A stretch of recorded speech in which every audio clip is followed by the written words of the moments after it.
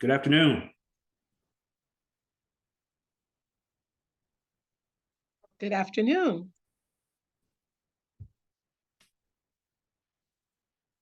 Hope your day is going well. As well as can be expected. All right. It's the middle of the week. I got you. I got you. What part of the country? California, Los Angeles, LA Oh, County Department of Children and Family Services. LA, California. Yeah. Yes, and you? I'm actually in South Florida and Okay, Fort Lauderdale area. okay, okay. And how is life in South Florida? Um, I describe it to people as that I happen to live in the Republic of Florida, not the state of Florida. Okay, I live in the Republic of Florida with all of its political challenges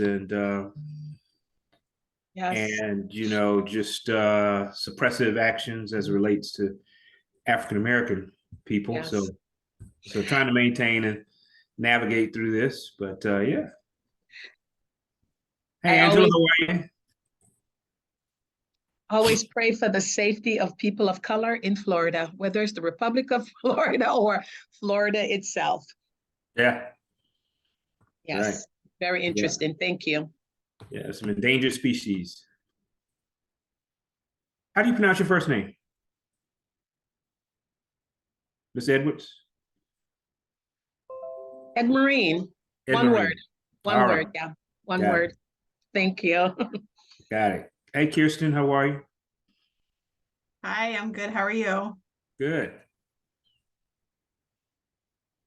We'll give it just a little bit time, about another minute or so.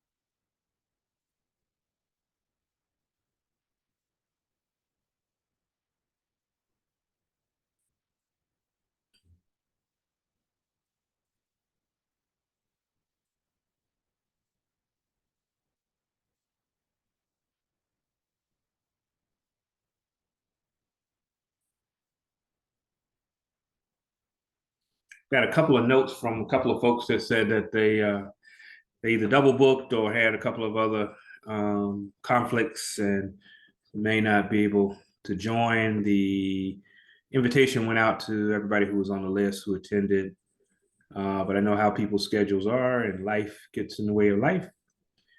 But I'm glad to have you all here.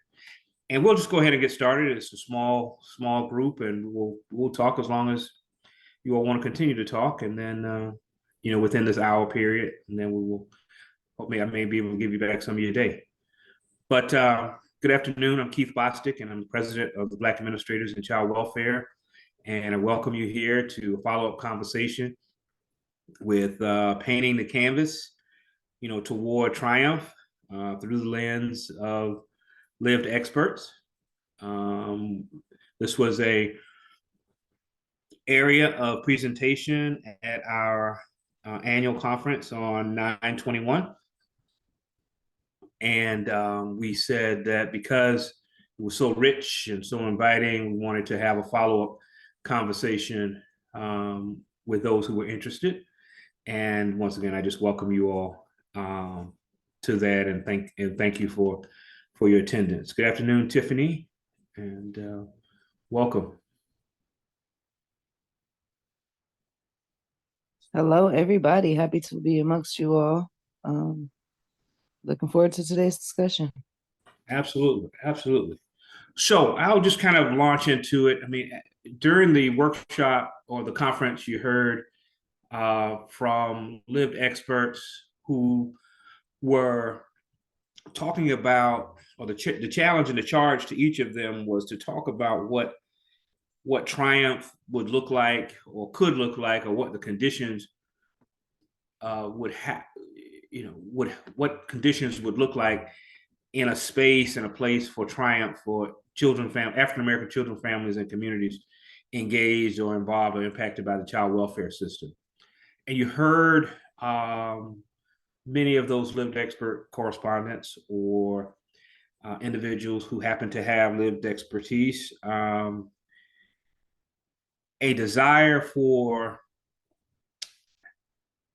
I guess, equity, a desire for being seen, a desire for being heard, request for people's lens in these systems to change, to value the importance of the voice and the presence of those who have lived expertise.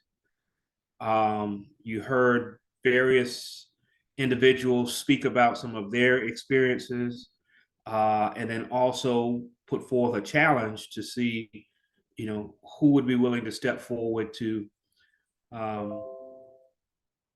partner in that effort in many of the jurisdictions across this country.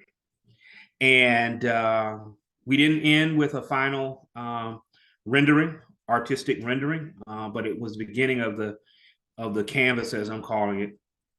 And I think that each jurisdiction, I think that will have to create their own canvas, but make sure that that canvas and that artistic rendering engages and involve those with lived expertise, and then also looking at the data about what impacts African American children and families and communities, and then also about understanding that journey through some of the pain and the trauma that people have experienced. And so I kind of bring that to us as a jumping off place for us to have some further dialogue and conversation. And so since the conference, what have you thought about when we had that conversation around triumph and what that looks like? Did we get anywhere close to charting a path forward related to triumph? Did you have some second thoughts? Did you have some additional thoughts about what that might look like? So yeah, let's dig in there a little bit.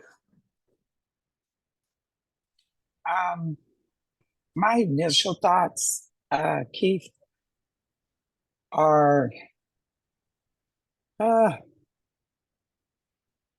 I'm having some mixed feelings here due to the fact that when we are engaged in the conference, I mean, blowing it up, just to be real honest, folks are engaged. They're looking forward to hearing more. You hear the comments afterwards. I've heard about this conference since the day of the conference. And yes, and even up until a little bit later yesterday evening. And, we hear that, but I guess my concern is what is causing people to be so engaged and involved and so ready, seem to be ready and willing to look at ways to move this effort forward. But then they fall off really quickly when it's time to come back in these spaces to continue the discussion and further discuss ways to make that happen. My thoughts around triumph today for African American families in child welfare is truly not in child welfare. I see that triumph as coming outside of child welfare. I have to say that I feel like child welfare was one more way to add to the oppression of African American people. We all know it was never created for us. So how can we look at ways to truly eliminate child welfare involvement in our communities, in our families, in our people? I just wanted to put that out there in all my transparency. And yes, I work with states and jurisdictions around engagement because no, they're not there yet. But neither are we, you know, neither are we. Yeah, you know, it's interesting. Hold on a second, let some folks in. It's interesting that you brought up the issue of momentum and how, you know, there's this energy around, yes, rah rah, let's get to it. But sometimes the sustaining of the momentum, either the conversation or the commitment toward some possibility of change or some possibility of a journey to do things differently, sometimes wanes, and that's different for every system, every jurisdiction, et cetera. Some could be political, some could be just by virtue of the leadership, some could be just this is hard work. This is hard work. Welcome to those who have joined us. We just began. You are joining a group of individuals who are part of the follow-up conversation on painting the canvas toward triumph for African-American children, families, and communities through the lens of lived expert correspondents and those who support and care about a new way forward. So welcome, welcome, welcome. We just had some opening conversations about, since the conference, what did you either wrestle with? What stuck out to you? Why did you actually return? What did you hear or didn't hear that you wanted to hear more of? And open it up. Anybody else?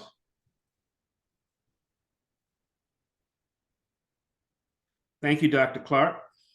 Dr. Clark says she listened to it yesterday. Thank you so much. Ed Marine, not that I'm putting you on the spot, your thoughts or feedback from the conference and then to now, or things that you picked up there, or things that made you say, or. You know, hello, Tiffany. I hope Tiffany's still on. Yes. Love you. Smiling real big the second he said your name. Tiffany, I miss you. I need to see your face. I need you. You need to talk to me. But here's the only thing. Here's the only thing for me in regards to the conference last week. I enjoyed all the speakers and they made valid points. Yes, let's shake up the system, right? As how it pertains to African-American children, other children of color. I just do not want us to ever lose sight of child safety. There are some children, regardless whether they're African-American, Hispanic, Latino, Native American, that are severely abused and neglected. And I nowhere in the conference last week did I hear anything mentioned around keeping children safe. So we still have to ensure that that priority is in place. Yes, the goal is always, right, children who need to be a part of this system, they're the ones we really want to be in the system for their safety and to mitigate any risk to their physical body, their health, their minds, etc. So other than that, I thought last week it was exceptional. The speakers were on point, but my frustration was I didn't hear anyone speaking around, okay, yes, we want to either dismantle the child protection system, but we still have to ensure that children remain safe. And children cannot always remain safe with biological. Sometimes there needs to be a temporary separation, but we always have to ensure the goal is working towards reunification, right? But we know sometimes reunification does not happen.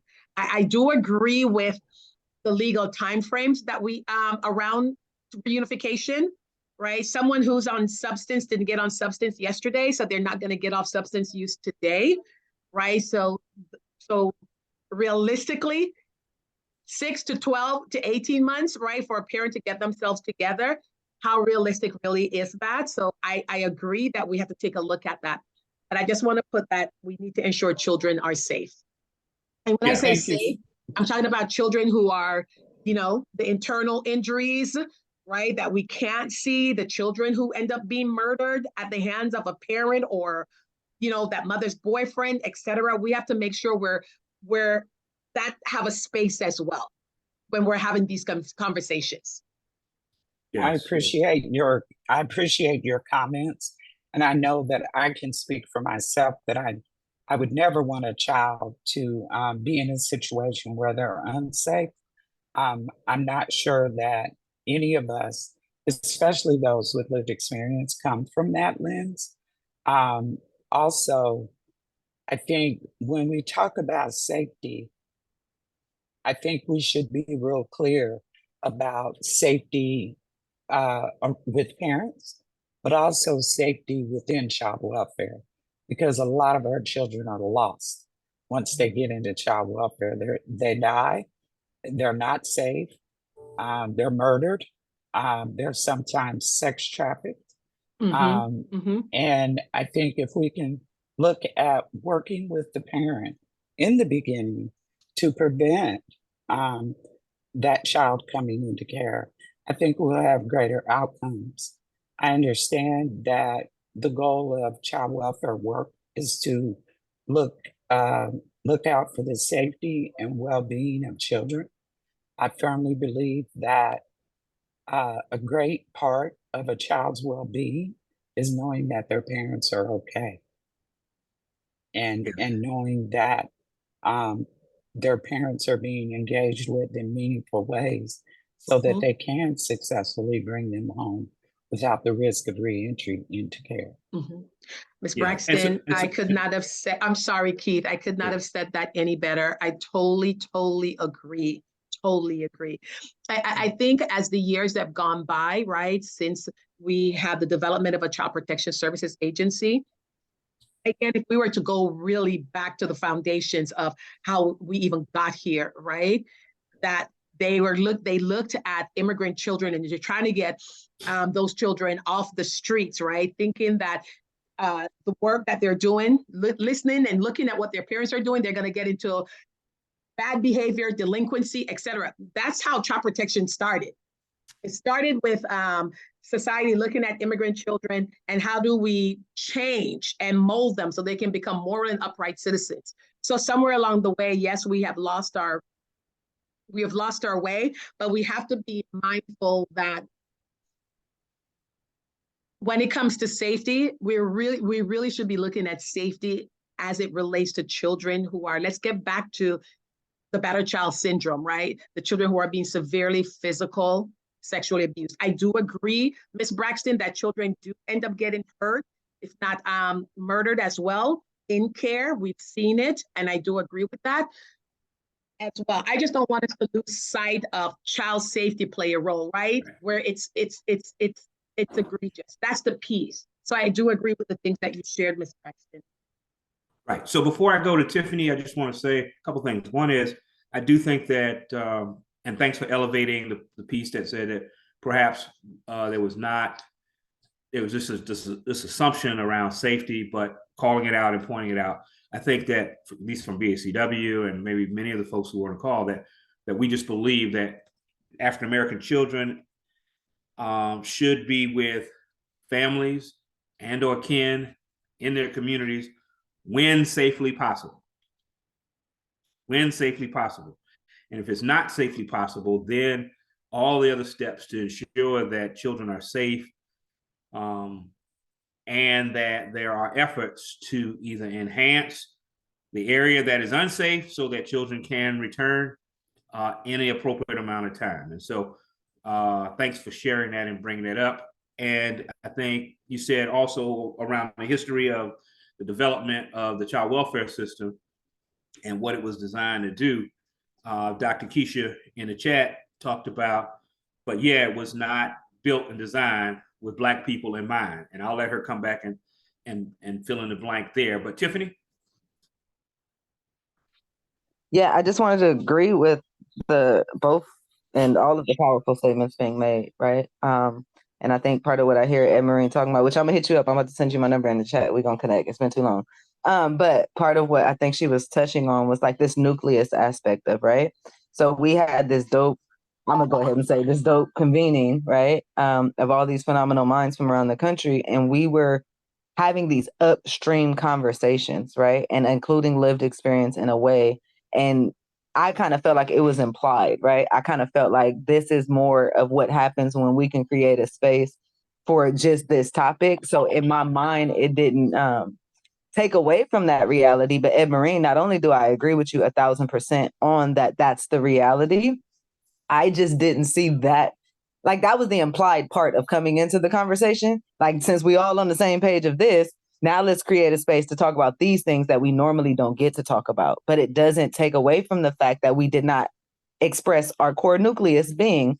And I think that that's something to take moving forward, that it's always good to have that base and that foundation, that this is our ultimate mission, but today's conversation is about this, right? Which is what I see as what's transpiring.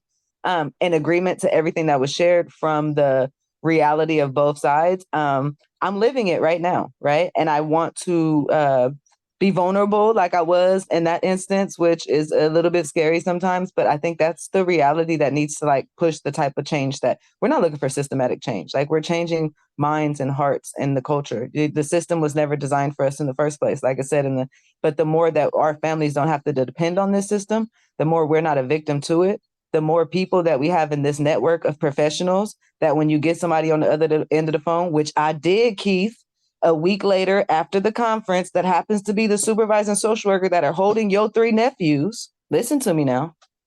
A week after the conference, and they ask you, did you speak at the conference? And you know you got somebody on the other end of the phone that it has the heart that you have. You understand what I mean? This is the other side of this work. That conference we all walked away with a little bit of a certification, right? Of like, if nothing else, we all agree that these children need to belong. So I had to live that in real time. And Marine and everybody else, we got a call on Thursday that my 3 nephews had been detained by DCFS, because the reality is even some of our closest relatives still have a long way to go and a lot of work to do. We as a family rallied up, because myself and all of my advocacy experience and the commission and all these different things, and my sister with her 20 years of experience as a relative caregiver, foster parent, we're still on the other end of the phone being told that we were not getting those children for whatever reason. Because a social worker who was on her day off had made a discretionary decision, because the reality is, just like Emerine said, sometimes it's not safe, right? And the things that my brother and his girlfriend is out here either doing or accusing each other of, I wouldn't want to put those kids nowhere near that myself. But I think there has to be that extra mile of investigation that says, okay, if not then who? Because they damn sure can't stay here. And that's where the world between what Ed Marine said and what Angela said, and that's my reality, is the county ain't a safe place for them neither, right? But sometimes the parents aren't ready, right? And that's what we're talking about with my brother, who has a system impacted intellectual disability from all of the Ritalin and everything else that they put him on. That's now a 30-something-year-old man out here acting like he's a 16-year-old child, and his 20-something-year-old girlfriend, and all of all of the issues that we've left our families to deal with in the cracks alone and on their own are resurfacing, right? And they're trying to touch the next generation. And you have individuals like myself and like my sister who are out here breaking these curses and who are working hard. Then we end up on the phone with people who sometimes don't get it. But then God will transfer you to somebody that'll say, Tiffany, did you speak at the Black Administrators for Child Welfare Conference last week? Right? And then all the red tape and then all the BS. And then when you tell that person, I'm not taking no for an answer, and they believe it to be true because they know you and know your heart and got to see your heart within those hours that they spent with you, that's what I think we're changing, right? We're not going to go solve child welfare. We're not going to change the hearts and minds of everybody. But we got 3 little boy children, not just little boys, BOYD. That means something. This system shall not have nobody else bearing my last name out of the system within 24 hours, right? And having them with family, as we give my brother and his girlfriend the 1824, we'll give them a couple years if they need them, as much time as they need to get their lives together. But we gonna stand here with these kids. Nobody was looking at, with all the allegations and defense to the social worker, you had a social worker who was on her day off calling plays from the sideline with only the limited information she was given.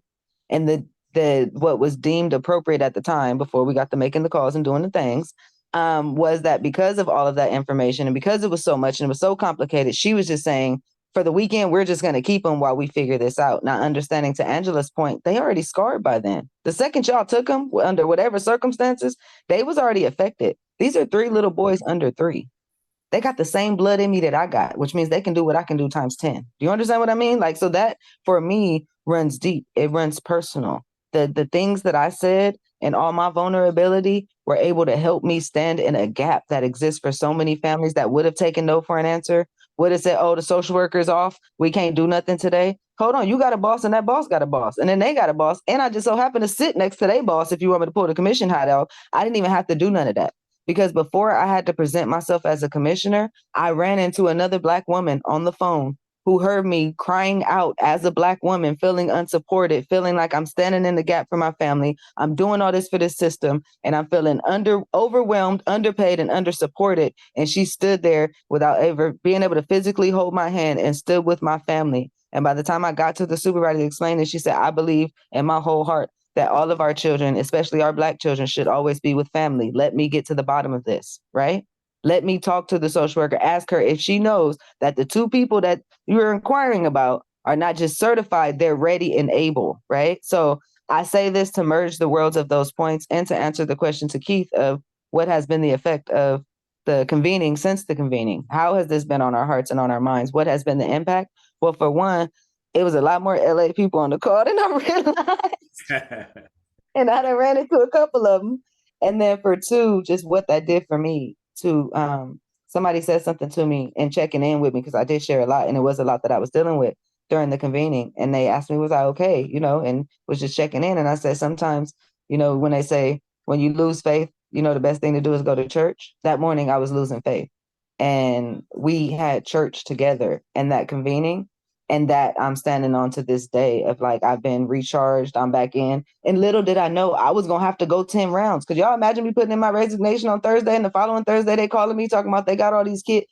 God knew. I did not know, but God knew. And that was important. And this is important. And even if we don't hit the mark 100%, and even if we do got to, you know, work to make things better and greater, I ain't not never been in a place to where people allowed me to come in, set the own tone of what I wanted to be called, how I wanted to be treated, allow me to have the conversation that was on my heart at the time, be received and be welcomed, and then still be welcome to come back on the back end. So I think sometimes that lip service piece is determining of whether or not the table disappears after the need goes away, right? And here Keith is still with this table. And whether 5 people show up or 25 people show up, sometimes less is more. And you get a chance to see that I think it's better to change lives than change a system, because each one of those lives is going to go change more lives, right? And the system is already its own thing. So I'm going to leave y'all with that of just tying a beautiful bow around the fact that this is not just impacting me as an advocate and as a professional, but like my 3 nephews, one of which whose birthday is today, turning 2 years old, are at home with us right now. And part of that contributing factor was somebody on the other end of the phone got a chance to get to know me and all that came with it in that conversation, and was able to stand with my family in the reality that we all agree with, Ed Marine.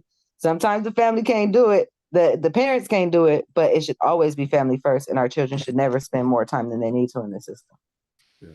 Well, Tiffany, thank you so much for your sharing. Thank you for your openness. Thank you for your grace. I too believe that it's going to require heart and mindset shift, and that is going to be the thing that will move people's will.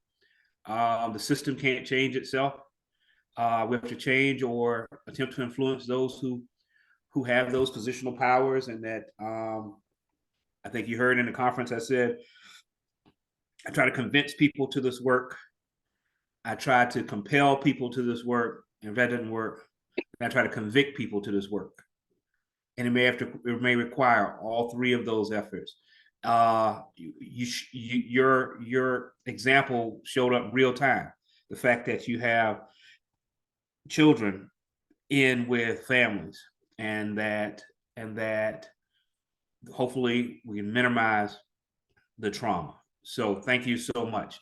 I know I have Angela's hand, I have Ed Marine's hand, but I also wanted to give Dr. Clark an opportunity if she wanted to share anything. Thank you so much for this rich discussion. I'm sorry I put some almonds in my mouth.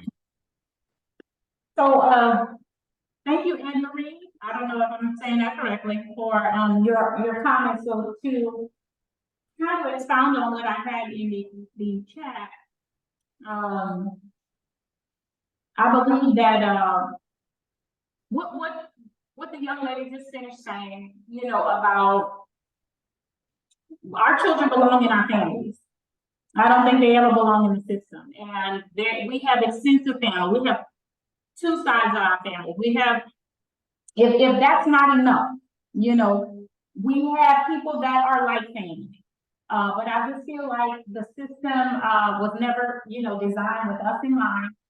Even its original intent had nothing to do with us. It's still not. It still operates that way. And I don't think at any point that children belong in our system. And so I think we just really have to do the exhaustive efforts of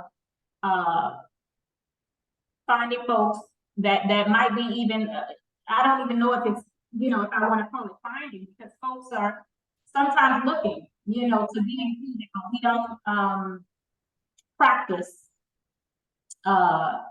including these historically excluded people, or there are, you know, we know barriers in the way that make no sense to having the children. Again, I think the young lady talked about on the conference how, or someone did talk about, you know, how we treat folks that are not family, right, strangers, and how we treat people that are known to the child, that loves the child and cares for the child. We have different standards, right? And so different barriers are there, and it's easier and seemingly better in the short term to place them in a system or in some stranger's home. But looking down that line, you know, that child, as we talked about, if not physically abused, their spirit, their mental health is being impacted. They're having identity crises. They're having, you know, cultural crises where they're just not connected. And so that short term, even that short term fix might be very enticing, but it's not effective. And I come as a professional in this space, but I was raised by my grandmother informally, you know, and, you know, had a 16-year-old mother who, you know, still battles with substance abuse. And I'm 42 years old, and she's still battling with it, right? And we're still navigating a very complex relationship. But I got to see the dysfunction and all of that kind of thing going on with, you know, my parents and stuff like that. But from the safety of my grandmother's grasp. And so you can still, even if family is whatever, you know, we're defining family to look like and act like and, you know, or whatever, you can still have someone, you know, come out stable and able to navigate their spirit and their soul, even when they were exposed to those things. And I had a lot of exposure to that. And I will say that that saving grace of a grandmother who, you know, was there for those foundational and formative years, you know, really impacted who I am today. But I got to see the negative influences, which was important for me to build that empathy and compassion toward, you know, my parents that are not perfect, right? But that lifelong connection, to be connected to my mother, even with the complex issues we deal with, is important to who I am, because I am her. She is me. And I would be wondering why, when I get crazy, because I'm still connected to her and I am very stable. So thank you for letting me expound on that. No, thank you. Thank you for sharing. You know, you elevated a number of different poignant statements and areas of space. You know, we still yet know the degree of trauma that individuals experience and to the depth by which individuals experience trauma. And once again, culture, and also plays a role in how we approach trauma, how we deal with trauma. I've always said that I think that there's this national standard around the ACEs, but I think that there have always been Black ACEs, that adverse trauma for Black children was always a different space and a different dance for our children than others. And so I do believe that getting systems also to be open to look at the varying types of family, what could be denoted and identified as family. Some would say no. You got some jurisdictions that said no, unless they're biological, they've spent X amount of time, they have this level of influence, that's the only way we're going to consider it. Well, we know, I personally know that when I grew up, everybody on my block raised somebody else's child. Every house I vividly remember, everybody raised somebody else's child. They weren't, some might have been cousins, distant cousins, some might have been Miss Johnson's wayward son who needed another type of support because Miss Johnson couldn't do it. But there was never a need for foster care. And so I'm like, those folks came out pretty good. There was a sense of community, a sense of connectedness. Angela, and then Ed Marie. Thanks for that, Keith. That was that village, that village that raised kids. And I think, we saw that kind of disappear. I always say in my generation, having been a parent that was addicted to alcohol and drugs for multiple years, having lost my children to child welfare, I wanted to speak to Tiffany's comments about her nephews. I am so grateful to hear that. But I also had a similar experience, Tiffany, when I began this work. I was engaged by one of the very workers who determined her life goal at the time was that I would never get my children back. Yet she was the one who came back and engaged with me and got me involved in this work. And she's also that same person who, once I was engaged and began working with my state around family engagement and parent partnership during that time, my great nephew nearly went into care. And my niece called me and I got scared because I didn't think for a minute that I would be able to take that child. I'd already lost 6. It wasn't that I couldn't take him and care for him. I was afraid to even try, but I did it anyway because I'll be damned if one of our kids go back into the system. And I reached out to that very worker and she told me absolutely everything that I needed to do to go up there and get my nephew before they even went to court the next morning. So I went and picked him up and ended up raising that boy for the first 3 years of his life until his mother was able to get out of prison. So I know what God can do. And I, just to be sure, I submitted a document to the state to make sure that I wasn't on the list. And there was no record found. I lost 6 children and there was no record found. That says a lot. That says a lot about what God can do in your life. But the reality is this work is hard, but it's also hard work. And it's not for everybody. I believe that at some point, folks have to look individually and really begin to change their hearts, which leads to a mind shift around engaging families and youth and people with lived experience in child welfare. That, I believe, that's the strongest shift that needs to occur in order for folks to truly make it happen. We can continue working under the same racist constructs that these systems are built on. However, how are we as individuals going to move through them? As an individual person, how are you going to move through and promote and make change, even if it's a little bit of change? How are you going to move through these systems that we work in and promote that change for our children and families? Or stand on all the key terms you use around the experts and the lived experience expertise and all that. Either stand on that or stop saying it, because it's beginning to become offensive in some ways.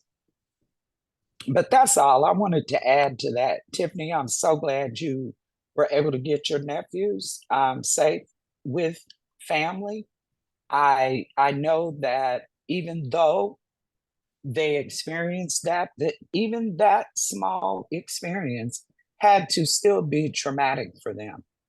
My great nephew didn't talk for the first 3 months that I had him, and he could talk, and he knew me. It wasn't like he didn't know me.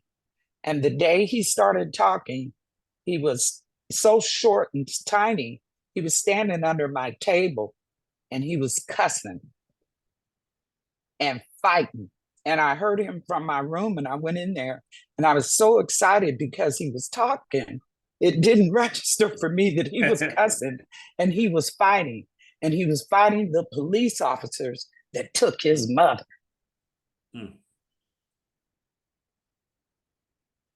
Wow.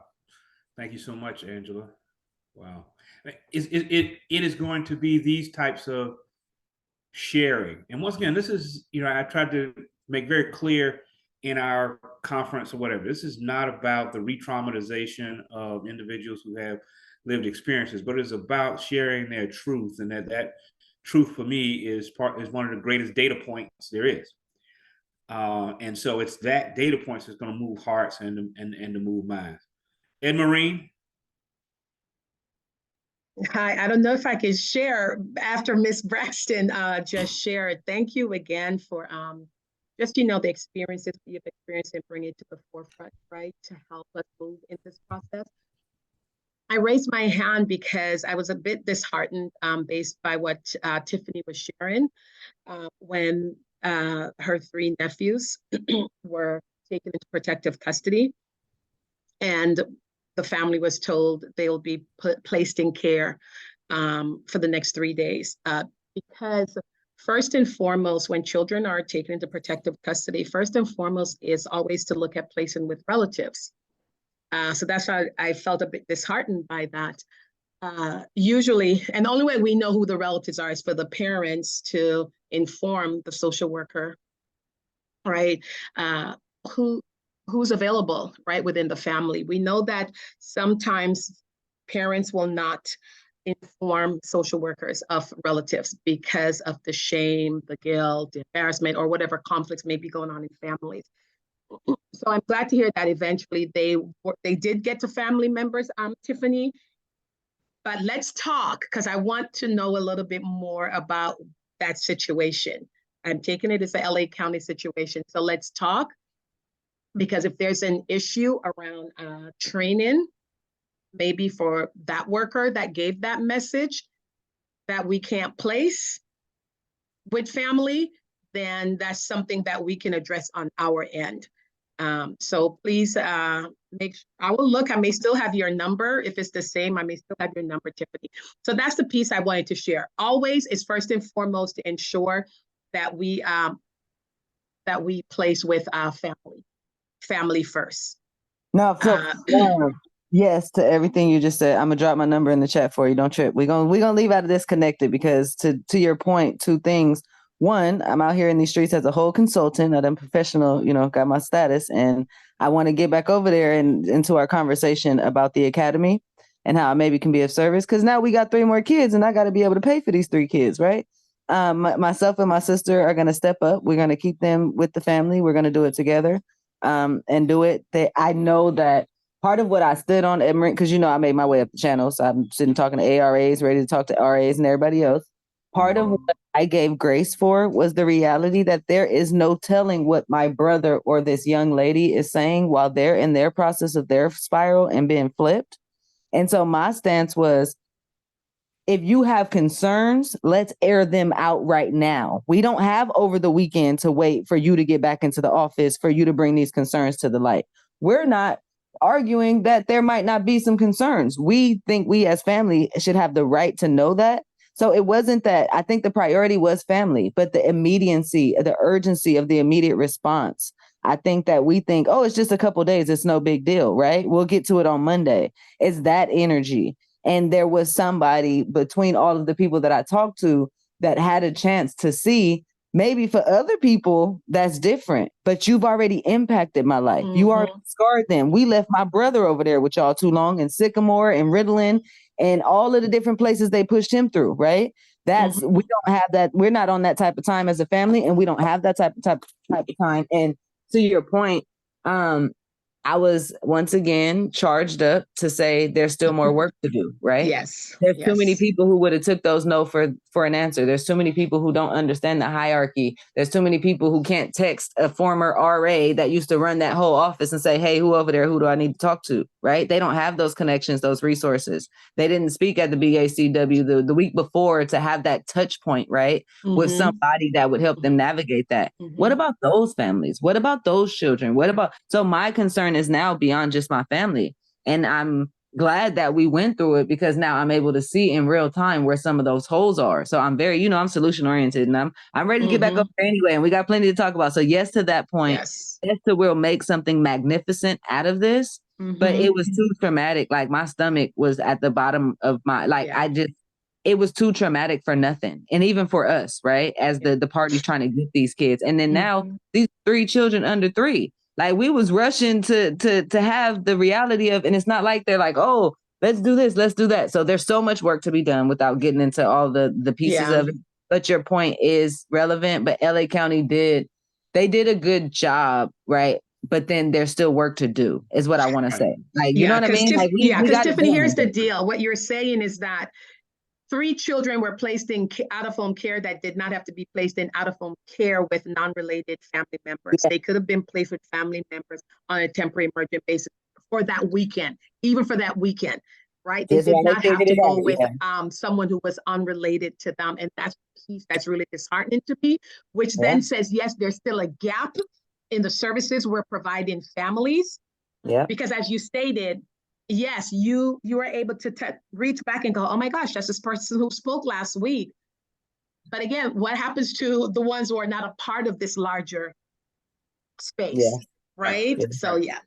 Right. So a couple of things. And I first want to give, I only have Nelson on the line.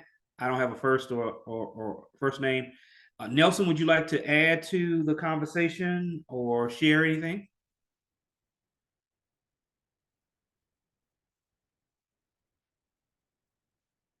Okay, please take your time to do that. But the example that we just heard from Tiffany, you also heard, Angela's journey, I think leads us into that next step around evaluating, can triumph actually occur? Because if triumph can occur, the conditions are going to be that people's will have to change, have to shift. I mean, that was all really about will. Somebody had to take the time to listen to Tiffany, to be open to receive Tiffany's delivery, passion, however you want to describe it, but to be open and non-judgmental, to then be able to move their head space and their heart space to get this done. That requires a lot of energy and effort. What's easy is stay with the script, follow the standard rules. I don't care about what the other experiences or atmosphere looks like. It says this, here's the risk score, remove this child, period. That's the easy part. But in doing easy, you do harm. And so it's going to require that type of will shifting. People ask at times, sometimes you go to these conferences or leadership development, and they said, if you had a superpower, Keith, what would that be? And I say, I am will shifter. If I have superpower, I'll be will shifter. And so my responsibility is to attempt to shift people's will, because what you believe is going to drive your will, and your will is going to drive your practice. How you treat people, how you respond, all generates to what you believe and your will. So as we kind of come to a close and begin to wrap this up, let's talk about in your specific areas or sphere of influence, what will you do to help shift heart space and mindset?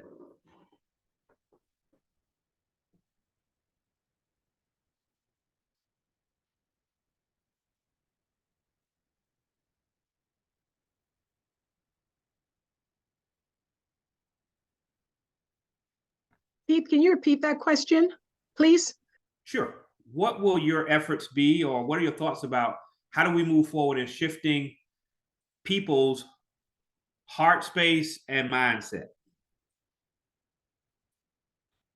around the importance of looking deeper and expanding one's analysis about children, everything from safety to placement to how they treat, serve, and support African American children and families? Dr. Clark said, keep presenting divergent viewpoints. Okay. Yeah, I was thinking in that, like, the willingness to be vulnerable and to have those conversations that aren't, you know what I mean? And she put that in the chat. I'm like, yes, there's what we're used to talking about. There's what we're comfortable with talking about. And then there's the conversations that need to be had. And sometimes you don't want to be the one.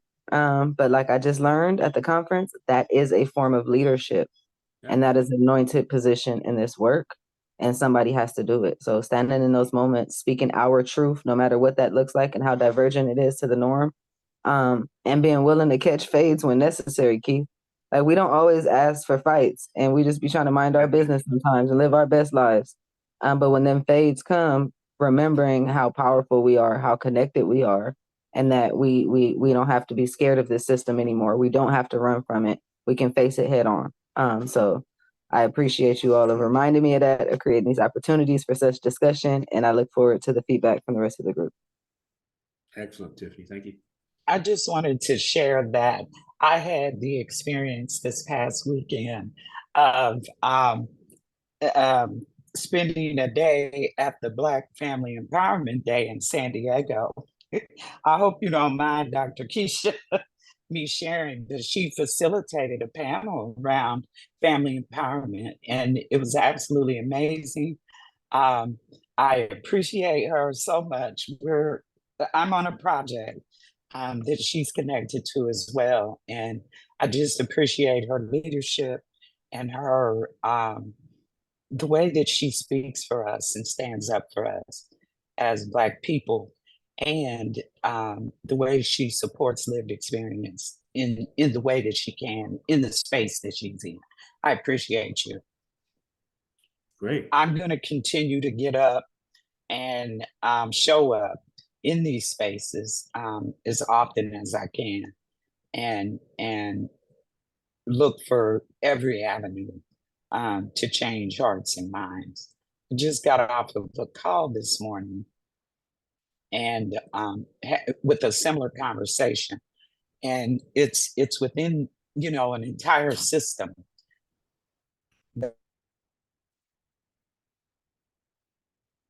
I work, and it's difficult, you know, and the struggle is real.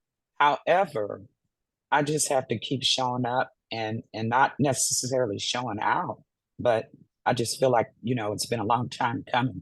I, you know, used drugs for a lot of years, and I had to transform my entire life. I mean, my entire life. And was able to do that when I believe that child welfare really thought that I would just lost all the kids, she'll go dope herself to death. But that's what caused my pivot, to be honest, because no, you're not going to throw me away and just be done with me.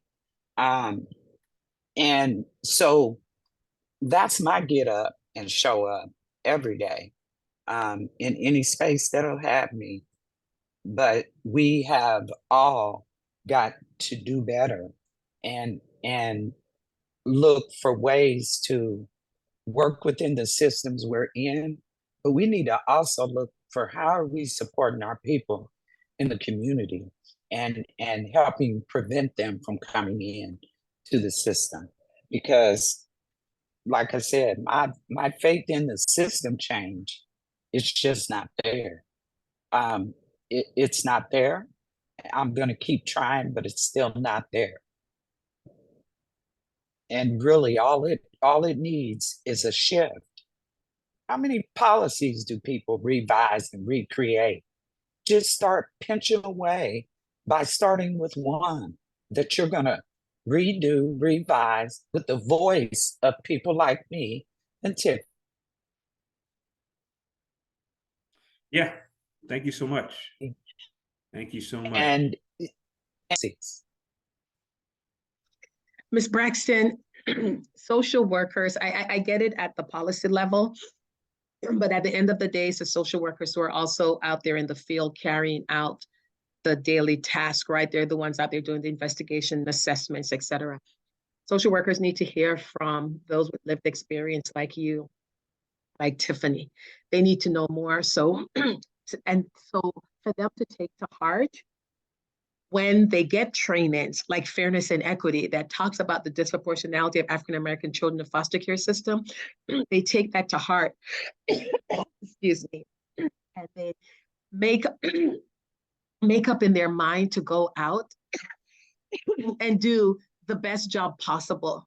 That when they go out and they're any homes they go in, regardless of ethnicity, but when they go out and they're doing the investigations with children of color, African-American children, that they're checking the biases at the door, right? Because Tiffany's experience recently, right? That worker did not walk through the process of, I'm placing 3 boys, not with families, when there's family available. And I know within my department's policies and procedures, all I need to do is to run the CLETs, get that clearance, and I can place those children with their own family members. So I thank you so much, Ms. Braxton, from hearing from you. You always prove my point when I share, whether it's in the teaching realm or when in training of new social workers, that when someone is on substance use, and whether it's substance use, it could be DV, intimate partner violence, whatever the issue, they're not going to shift just because DCFS come in their life that day, right?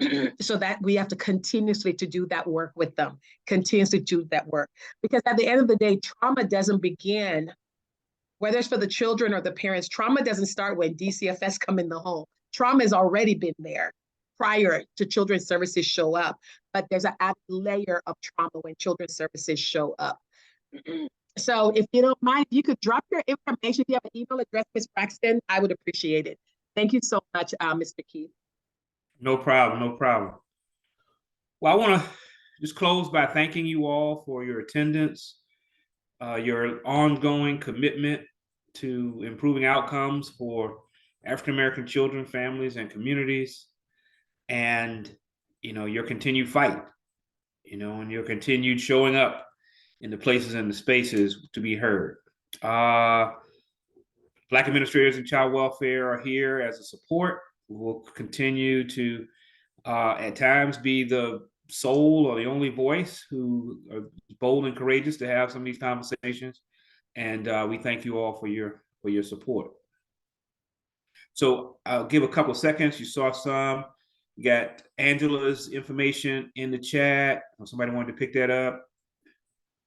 I think Tiffany's going to contact you, Ed Marine, on her number, and we're good to go. So we will look to hold more of these kinds of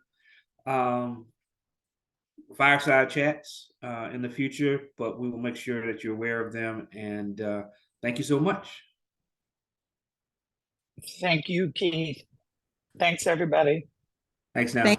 Thank you. Enjoy the rest of the afternoon and the week, everyone. You too. You too. Bye-bye.